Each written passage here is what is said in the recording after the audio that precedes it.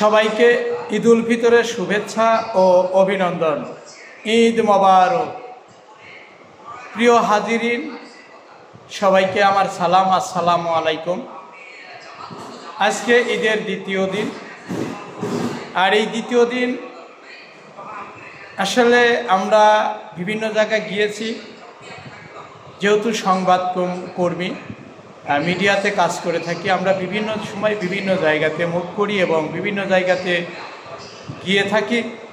তবে আজকে দ্বিতীয় দিন হলেও প্রথম দিন কিন্তু দুইটা সড়ক দুর্ঘটনা ঘটেছিল ছোট্ট পরিসরে। তবে আজকে দ্বিতীয় দিন এখন পর্যন্ত কিন্তু কোনো তথ্য আমাদের কাছে আসেনি।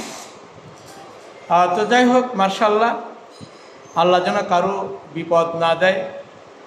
তো গতকালকের বিষয়টা বলি। প্রথম ঈদের নামাজ শেষে রাস্তায় যানজট এবং বেপরোয়া যে গাড়ি চালানো হয়েছিল, সেই বেপরোয়ার কারণে দুইটা ছোট সড়ক দুর্ঘটনা ঘটেছিল।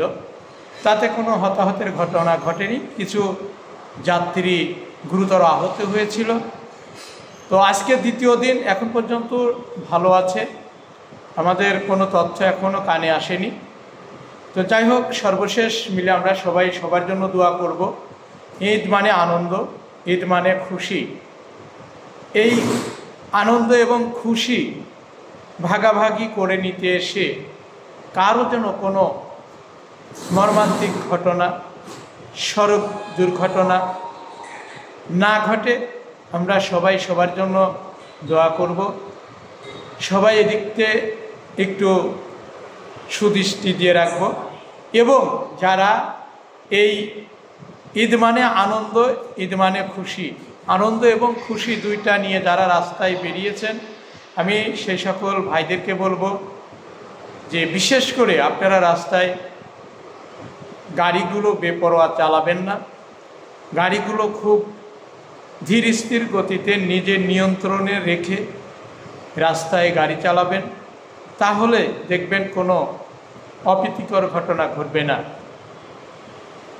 তো যাই হোক, আমরা দোয়া করি ঈদের অন্তত এক সপ্তাহ হয়তো রাস্তায় যানজট থাকবে বা গাড়ি ঘোড়াও অনেকে বেপরোয়া চালাবে, সেই দিকটা যেন আমরা না চালাই।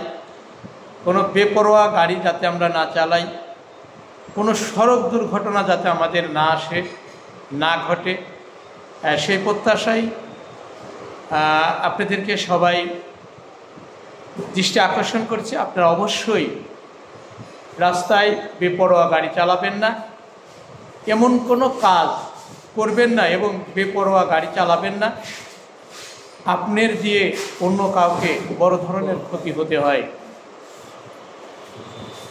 তো প্রিয় দর্শক, আপনাদের সবাইকে ঈদ উল ফিতরের শুভেচ্ছা অভিনন্দন জানিয়ে আমি সবাইকে ছোট্ট একটি বার্তা দিয়ে আপনাদের মাঝ থেকে বিদায় নিচ্ছি। সে পর্যন্ত সবাই ভালো থাকবেন, সুন্দর থাকবেন। সবাইকে ঈদ মোবারক। আসসালামু আলাইকুম।